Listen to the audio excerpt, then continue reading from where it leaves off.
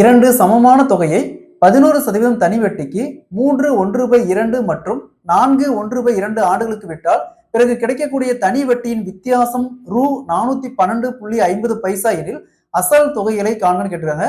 ரெண்டு அமௌண்ட் இருக்குது, ரெண்டு அசல் இருக்குது, ரெண்டுமே சேம் பெர்சன்டேஜ் தான், ரெண்டுமே சேம் பெர்சன்டேஜ் வட்டிக்கு விடுறாங்க.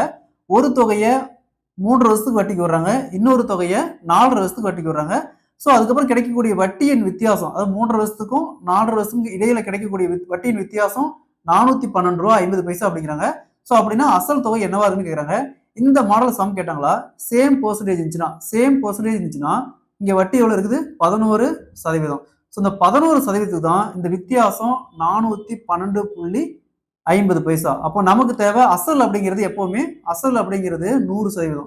அப்ப 100%க்கு என்ன, அதை அப்படியே கிராஸ் மல்டிப்ளை பண்ணா x × 11% = 412.50 × 100%. நெக்ஸ்ட் x அந்த சைடு வச்சுக்கிட்டு 11% இந்த சைடு கொண்டு போனா x = 412.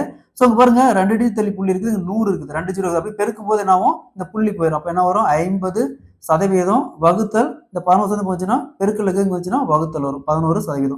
ஸோ இந்த சதவீதத்துக்கு இந்த சதவீதம் அப்படியே கேன்சல் பண்ணிடலாம்.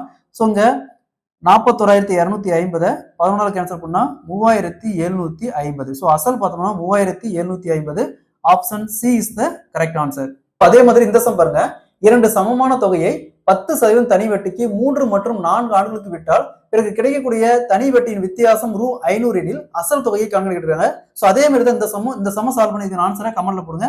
இந்த சம் சால்வ் பண்ணிட்டாவே இந்த மாடல் சம் எப்படி கேட்டாலும் நீங்க சால்வ் பண்ணிடலாம். இந்த சம் பார்க்கதான் ரொம்ப பெரிய சம் மாதிரி தெரியும், பட் ஆனால் கொஞ்சம் அண்டர்ஸ்டாண்ட் பண்ணிக்கிட்டோமா போதும், நம்ம ஈஸியா சால்வ் பண்ணிடலாம்.